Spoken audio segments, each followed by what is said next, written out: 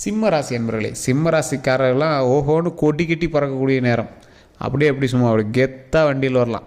ஒரு 10 வண்டி வாங்கக்கூடிய காலகட்டம், கிரையம் அதிகமாக பண்ணக்கூடிய நேரம், மண்டபம் கட்டக்கூடிய ஒரு காலகட்டம், ஒரு அற்புதமான நேரத்தில் இப்போ நீங்கள் இருக்கீங்க. இன்னொரு 8 வருஷத்துக்கு இது எல்லாமே ரெடி பண்ணிவிட்டு அந்த 8 வருஷத்துக்கு அப்புறம் அதெல்லாம் நீங்கள் அனுபவிச்சுட்டு ஜாலியாக இருக்கலாம். ஸோ இப்போ உருவாக்கக்கூடிய காலகட்டம், அதாவது ஒரு வீடை கட்டக்கூடிய காலகட்டம், உங்களோட ஸ்ட்ரக்சர், உங்களுடைய லைஃப்பை செட்டில் பண்ணுறதுக்கான காலகட்டம். இதை செட்டில் பண்ணிட்டீங்க அப்படின்னா அதை அப்படியே செட்டில்ட் ஆகி உட்காந்துக்கிட்டு அப்படியே அதை நம்ம மெயின்டைன் பண்ணிவிட்டு அதை பெருசு பண்ணிகிட்டே வந்துடலாம். அதாவது பணம் இருக்கிறவங்க தான் பணம் பொருளும்பாங்கள்ல, இப்போ நீங்கள் பணத்தை உருவாக்கக்கூடிய நேரத்தில் இருக்கீங்க. இதை நீங்கள் ரெடி பண்ணிட்டீங்க அப்படின்னா அந்த 8 வருடம் கழித்து அந்த பணத்தை வைத்து நீங்கள் அப்படியே உருவாக்கிட்டே இருக்கலாம். பணத்தை பணமாக்கிட்டே இருக்கலாம். சந்தோஷம், மகிழ்ச்சி பொங்கக்கூடிய ஒரு காலகட்டம். உங்கள் லைஃப்பில் 7.5 சனியே கிடையாது இதுக்கு மேலே. ஸோ உங்களுக்கு லைஃப் சந்தோஷமாக, மன நிம்மதியாக, உடல் ஆரோக்கியமாக, நீண்ட ஆயுளோட குடும்பங்களோடு வம்சாவளியாக வரக்கூடிய ஒரு காலகட்டமாக இனி வரக்கூடிய காலகட்டங்கள் அமையுது. சிம்ம ராசி நோட் பண்ணிக்காங்க. சிம்ம ராசிக்கு இந்த விஷயங்கள் இருக்குது. சின்ன சின்ன விஷயங்கள் மட்டும் கொஞ்சம் பார்த்துருந்துக்கணும், அவ்வளோதான். மற்றபடி உங்களுக்கு எந்த இஷ்யூஸும் கிடையாது. அது எந்த விஷயம், எதில் நீங்கள் கவனமாக இருக்கணும் அப்படிங்கிறது நான் வீடியோ ஃபுல்லாக பார்த்தீங்க அப்படின்னா தெளிவாக கம்ப்ளீட்டாக சொல்லிடுறேன். நிறைய பேர் சிம்மராசிக்காரர்கள் யோசிக்காமல் சில விஷயம் பண்ணுவீங்க. கோவம், ஸ்பாட்லேயே கோவம் வந்துடும் உங்களுக்கு. அந்த சின்ன சின்ன விஷயங்கள் மட்டும்தான் உங்களுக்கு பேக் அப்படியே கொஞ்சம் பின்தள்ளுற மாதிரி இருக்குமே தவிர மற்ற எல்லாமே உங்களுக்கு பரவாயில்ல தான். கோவத்தை கண்ட்ரோல் பண்ணுங்கள், உங்களோட உணர்ச்சியை கட்டுப்படுத்துங்க. தேவையில்லாமல் ஒருவர்கிட்ட சண்டைக்கு போகாதீங்க. பிடிச்சது தான் அடம், அதை பண்ணியே ஆகணும் அப்படிங்கிறது ஓகே தான். அது நல்ல விஷயத்தில் எது நல்ல விஷயம், எது சரியான விஷயம், எது கெட்ட விஷயம் அப்படிங்கிறதெல்லாம் எவ்வளோ பெரிய பிரில்லியண்ட்டான ஆளுக்குமே அது அவ்வளோ சீக்கிரம் தெரியாதுங்க. இப்போ நீங்கள் என்ன பண்ணுறீங்க, ஒன்று அடையணும்னு ஆசைப்படுறீங்க, அதை அடைஞ்சே ஆகணும் நீங்கள் போராடுறீங்க. ஓகே, நல்ல விஷயமா இருந்தால் ஓகே. அது எப்படி இருக்குன்னு உங்களுக்கே தெரியல. உங்களுடைய ஆசை உங்களை தூண்ட ஆரம்பிக்குது. ஸோ அதை கொஞ்சம் கண்ட்ரோலாக வச்சுட்டீங்க அப்படின்னா நீங்கள் எதை எடுத்தாலும் சக்ஸஸ் தான். அதே மாதிரி எதை எடுக்கணுங்கிறத யோசிச்சு எடுங்க. நீங்கள் எடுக்கக்கூடிய ஒவ்வொரு விஷயமும் நன்மையாக பிறப்பதற்கு வரக்கூடிய காலகட்டங்கள் வம்சாவளியாக வளர்ந்து வருவதற்கு மிகப்பெரிய ஒரு எடுத்துக்காட்டாக இருக்கக்கூடிய ராசிகளில் முதன்மையான ராசி சிம்ம ராசி. 2026 ஹைலைட்டான பர்சனில் சிம்ம ராசிக்காரர் ஒருத்தர். சார் 2026 சிம்மராசி கொஞ்சம் பார்த்துருக்கணும்னு சொன்னாங்க அப்படின்னா நான் பொது பலன்னு சொல்லிகிட்ருக்கேன். ஆனால் நீங்கள் தசாபுத்தி ஒரு டைம் போய் செக் பண்ணுங்கள். தசாபுத்தின்பால் உங்களுக்கு சுக்கிரனுடைய அதிகமாக இருக்கும் பட்சத்தில் இனி வரக்கூடிய காலகட்டம் உங்களுக்கு மகிழ்ச்சியான காலகட்டம். பூர நட்சத்திரம், மக நட்சத்திரம் நிறையா பேர் இருப்பீங்க. அதெல்லாம் உங்களுக்கு மகிழ்ச்சியான காலகட்டம். மக நட்சத்திரம்லாம் கிட்டத்தட்ட 20 வருஷம் இருக்குது. 20 வருஷம் சுக்கிரதசை வச்சு பட்டாசு கலப்போம். கிட்டத்தட்ட 15 வருஷம் மேலே இருக்குன்னு நினைக்கிறேன். இப்போ அப்ராக்சிமேட்டாக நீங்கள் கால்குலேட் பண்ணி பார்த்தீங்க அப்படின்னா பட்டாசு கிளம்பலாம். சுக்கிரனுடைய ஆதிக்கம் இருக்கக்கூடிய ஒரு காலகட்டம் தான். கவலையே பட தேவையில்லை. எதில் உங்களுக்கு சூப்பராக இருக்கும் அப்படிங்கிறது நான் அதிலே சொல்லிடுறேன். பாயிண்ட் 1, வாகனங்கள். சுக்கிரன் அப்படின்னாவே வாகனங்கள். உங்களுடைய வாகனத்தை ஃபஸ்ட்டு சுத்தமாக வச்சுக்கோங்க. சுத்தமாக வச்சுட்டிங்க அப்படின்னா சுக்கிரனுடைய வாசம் அதிகமாக வரும். சுக்கிரனுடைய வாசம் அதிகமாக இருந்துச்சு அப்படின்னா என்ன ஆகும், பண வரவு அதிகமாக வரும், லக்ஸுரினஸ் அதிகமாகும், உங்களுக்கு தேவையான விஷயங்கள் எல்லாமே சரியாகும். அப்போ காரை சுத்தமாக வச்சுக்கணும், வண்டி வாகனங்கள் சுத்தமாக வச்சுக்கணும். அதை வச்சுட்டோம் அப்படின்னா ஆட்டோமேட்டிக்காக பண வரவுகள் அதிகமாக வரக்கூடிய காலகட்டமாக வரக்கூடிய காலகட்டங்கள் அமையுது. அதே போல் பாயிண்ட் 2, பெண்களினுடைய ஒரு அன்பான ஆளாக நீங்கள் வந்திருப்பீங்க. இந்த காலகட்டம் சுக்கிரன் பெண்களை ஈர்ப்பு அதிகமாக இருக்கக்கூடிய ஒரு காலகட்டம். காதல் வயப்படுவீங்க, காதல் திருமணம் நடக்கும். ஸோ இந்த மாதிரி ஒரு பெண்களுடைய தொடர்புகள் அதிகமாகும். ஸோ இந்த மாதிரி காலகட்டத்தில் நீங்கள் கவனமாகவும் இருந்துக்கணும், கொஞ்சம் லக்ஸுரியாகவும் இருக்கும். அதே போல் பாயிண்ட் 3, இந்த சுக்கிரனுடைய காலகட்டத்தில் லக்ஸுரினஸ் எந்த அளவுக்கு லக்ஸுரினஸ், நீங்கள் பணம் சம்பாதிக்கிறீங்களோ இல்லையோ லக்ஸுரியாக இருப்பீங்க. வேறு ஒன்றோட பணத்தையாவது நீங்கள் பயன்படுத்தியிருப்பீங்க, வேறு ஒன்றோட காராவது நீங்கள் பயன்படுத்தியிருப்பீங்க. ஒரு லக்ஸுரியான லைஃப்பை நீங்கள் வாழக்கூடிய ஒரு காலகட்டம். பணம் சம்பாதிப்பீங்க, இல்லைன்னா சொல்ல, அந்தளவுக்கு ஒரு லக்ஸுரியாக இருப்பீங்க.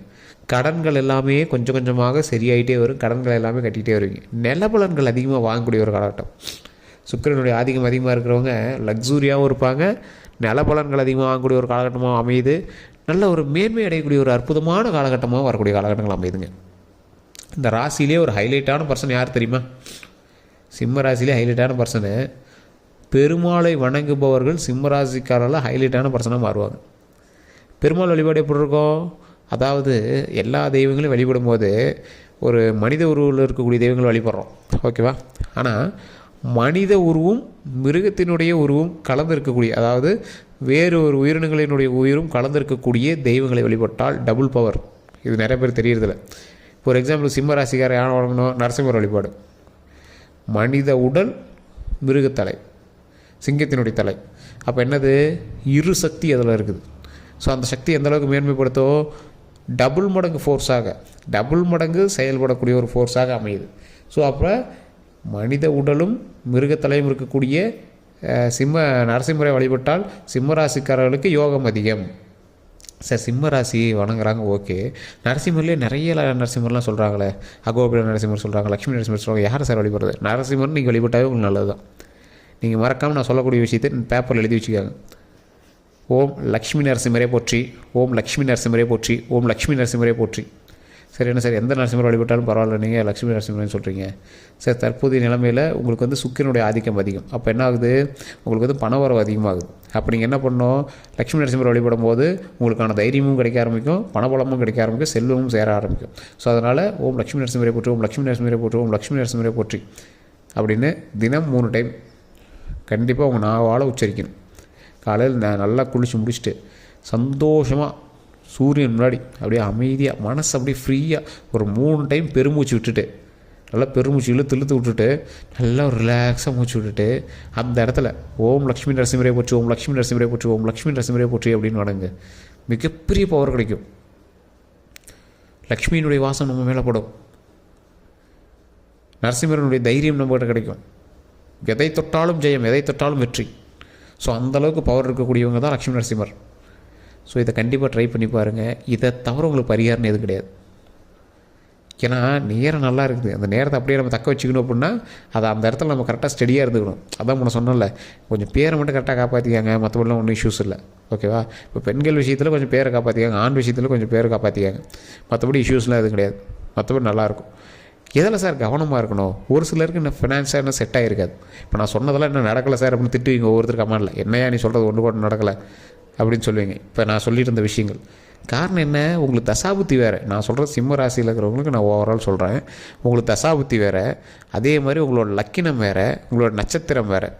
லக்கினத்தில் உங்களுக்கு வேறு லக்கினமாக இருக்கலாம், மிதுனமாக இருக்கலாம், கடகமாக இருக்கலாம், கும்பமாக இருக்கலாம், ரிஷபம் மேஷமாக இருக்கலாம். ஸோ அப்போ அது என்ன பண்ணுறது, லக்கினமும் அந்த இடத்துல பேசுது இல்லை, ராசியை விட வலிமையான சில ஒன்று அங்கே இருக்குது இல்லை. அப்போ அது உங்களை வந்து டிஸ்டர்ப் பண்ணுறதுக்கு வாய்ப்புகள் இருக்குல்ல. சரி சார், அதுவுமே நல்லா தான் சார் இருக்குதுங்கிறாங்க. அப்புறம் சார் அப்படி இருக்குது, உங்களுடைய தசாபுத்தி என்ன தசாபுத்தி? சுக்கிரன் தான் இருக்குதா? சுக்கிரன் யாரோடு இருக்கார்? அதையும் நம்ம யோசிக்கணும்ல. அது ஒன்று. சரி சார், அதுவுமே நல்லா தான் சார் இருக்குது, அப்பயும் கொஞ்சம் தான் இருக்குது அப்படின்னா நீங்கள் இருக்கக்கூடிய லொக்கேஷன், உங்களோடு பிரயாணிக்கக்கூடிய மற்றொரு ராசி, உங்களுடைய கணவனோ மனைவியோ உங்களோட குழந்தைகளோ உங்களோட தொழிலில் இருக்கக்கூடிய பார்ட்னர் கூட இதில் வந்து மோதும். ஸோ அந்தளவுக்கு தான் ஜோதிடம் பார்க்கணும். எது உங்களை இடிக்குது அப்படியே கால்குலேட் பண்ணி பார்க்கணும். எந்த விஷயம் உங்களை இடிக்குது அந்த விஷயத்தை நீங்கள் சரி பண்ணிங்கன்னா ஆட்டோமேட்டிக்காக நல்லது நடக்குது, அவ்வளோதான். இதுதான் வந்து ஜோதிடம். நிறைய விஐபிஸ் வந்து ஜோதிடம் பார்க்குறாங்க. ஜோதிடம் பார்க்குறீங்களா எப்படி கேட்பாங்க அப்படின்னா, எல்லா இதுவுமே ஒரு டேட்டா பேஸ் மாதிரி போட்டு வச்சுருவாங்க. ரெகுலராக ஜோதிடம் பார்ப்பாங்க. ஒரு பிரபல ஜோதிடர் நம்பர் தான் நான் கீழே கொடுத்துருக்கேன், அந்த நம்பருக்கு என்ன நீங்கள் ஃபோன் பண்ணி பேசி பாருங்கள். ஒரு டேட்டா பேஸ் மாதிரி போட்டுருவாங்க. போன மாதம் இந்த விஷயத்த நடந்துச்சு, அப்போ இந்த மாதம் வந்து அவர் கூட தொழிலில் பார்ட்னராக இருக்காங்க, அவருக்கு இப்போ என்ன டைமு, அந்த டைமை பொறுத்து தான் அவரோட அடுத்த பார்ட்னர்ஷிப் நடத்தணுமா வேண்டாமாங்கிறது. அந்தளவுக்கு நான் அக்யூரேட்டாக பார்த்துட்ருக்காங்க. பிரபலமான ஜோதிடர்கிட்ட தான் பார்த்துட்ருக்காங்க. பார்க்கக்கூடிய எல்லாருமே மிகப்பெரிய விவிஐபிஸ், க்ரோஸ் கணக்கில் டேர்ன் ஓவர் பண்ணுறவங்க. அவங்களாம் என்ன பண்ணுவாங்கன்னா, இந்த மாதிரி ஒவ்வொரு விஷயமும் பார்த்து தான் பண்ணுவாங்க. ரொம்ப பெரிய பெரிய ஆளுங்களாம் பாருங்கள், எல்லா விஷயத்துலையுமே ரொம்ப டிவோஷனலாகவும் ரொம்ப வாஸ்துபடி ரொம்ப ஜோதிட ரீதியாகவும் தான் எல்லாமே பண்ணுவாங்க. காரணம் என்னென்னா, அப்படி பண்ணால் தான் அது நிலைக்குது. திடீர் பணக்காரலாம் வந்து அவன் கரெக்டாக மெயின்டைன் பண்ணுறதில்ல. கரெக்டாக அதை எப்படி மெயின்டைன் பண்ணணுன்னு ஃபுல்லாக ஆன்மீக ரீதியாகவும் ஜோதிட ரீதியாகவும் எல்லாமே கால்குலேட் பண்ணி பண்ணுறவங்களுக்கு மட்டும்தான் அப்படி இப்படி நினச்சி கொண்டு வந்துட்டுருக்காங்க. திடீர்னு வரவங்களாம் திடீர்னு இது பண்ணுறாங்க. ஸோ ரெகுலராக பண்ணிவிட்டு ரெகுலராக வணங்குபவர்கள் மட்டும்தான் ஆட்டோமேட்டிக்காக வந்து அந்த மேன்மைக்கு வரக்கூடியவர்களாக இருக்கிறாங்க. வரக்கூடிய செல்வத்தையும் தக்க வைத்துக் கொள்பவராக இருக்கிறோம். ஸோ இன்னொரு விஷயம் என்ன அப்படின்னா, இந்த ராசிக்காரர்கள் இறை வழிபாடு பண்ணுறது மட்டும் இல்லாமல் குலதெய்வ வழிபாடு கண்டிப்பாக பண்ணுங்கள். நீங்கள் இஷ்ட தெய்வங்கள் வழிபடுங்க, நரசிம்மர் வழிபடுங்க, எல்லாமே ஓகே தான். ஃபஸ்ட்டு உங்களோட குலதெய்வ வழிபாடு பண்ணிங்க அப்படின்னா தான் அந்த கடவுள்களும் வழிவிடும். மற்ற கடவுள்கள் வந்து உங்களுக்கு அருள் புரிவதற்கு குலதெய்வம் வழிவிடும். ஸோ இந்த விஷயத்தை வந்து கண்டிப்பாக ட்ரை பண்ணுங்கள். வேறு எந்த ஒரு ப்ராப்ளமும் இனி வரக்கூடிய காலகட்டங்கள் இல்லை. ஒரே ஒரு விஷயத்தில் மட்டும் கவனமாக இருங்க, உடல் ஆரோக்கியத்தில் கவனமாக இருங்க. என்ன சார் இவ்வளோ சொல்லிவிட்டு அதான் இப்போ சிம்பிளான மேட்டர் மாதிரி சொல்கிறீங்க, பெரிய விஷயந்தான். அந்த விஷயத்தில் கவனமாக இருந்தீங்க அப்படின்னா போதும். அது உடல் ஆரோக்கியம் கவனம் தேவை, ரத்த சம்மந்தப்பட்ட விஷயத்தில் கவனம் தேவை. அடிபடாமல் பார்த்துக்கோங்க, உடல் நல்லா தெம்பாக பார்த்துக்கோங்க, தண்ணியில் கொஞ்சம் கவனமாக இருங்க, வலிக்கு விடாமல் பார்த்துக்கோங்க, தண்ணியில் ரொம்பவே கவனமாக இருங்க, பாத்ரூமில் அந்த மாதிரி விஷயங்களில் கொஞ்சம் கவனமாக இருந்தீங்க அப்படின்னா போதுமானது. மற்றபடி வண்டி வாகனங்களை கவனமாக இருங்க, கண் திருஷ்டி வராமல் பார்த்துக்கோங்க. மற்றபடி எல்லாமே அருமையாக இருக்குது, ஒன்றும் பெரிய இஷ்யூஸ்லாம் கிடையாது. நிறைய பேர் வந்து ஜோதிடரை பார்க்கணுன்னு ஆசைப்பட்றீங்க. கீழே காண்டாக்ட் நம்பர் டீட்டெயில்ஸ் கொடுத்துருவோம். ஜஸ்ட் நீங்கள் வந்து ஃபோன் பண்ணி பேசி தெரிஞ்சிக்கலாம். மோஸ்ட்லி நீங்கள் வந்து லோக்கலே ஜோதிடம் பாருங்கள். அதில் செட் ஆகலை அப்படிங்கிறவங்க மட்டும் ஃபோன் பண்ணுங்கள். ஃபோன் பண்ணாலும் பிஸின்னு வந்ததுன்னா தயவுசெய்து வெயிட் பண்ணி தான் பண்ணணும். வாட்ஸ்அப் நம்பர் கொடுத்துருவோம். வெளிநாட்டில் இருக்கிறவங்க வந்து வாட்ஸ்அப் மூலமாக தொடர்பு கொள்ளலாம். வேறு ஏதாவது கருத்துக்கள் இருந்தாலும் மறக்காம நீங்கள் வந்து ஃபோன் மூலமாக பேசி தெரிஞ்சிக்கலாம். பிரபல ஜோதிடனுடைய நம்பர் தான் கொடுத்துருக்கேன். ஜஸ்ட் நீங்கள் கால் பண்ணி அவர்கிட்டயே டேரெக்டாக பேசிக்கலாம். எல்லோருக்கும் நன்றி நண்பர்களே.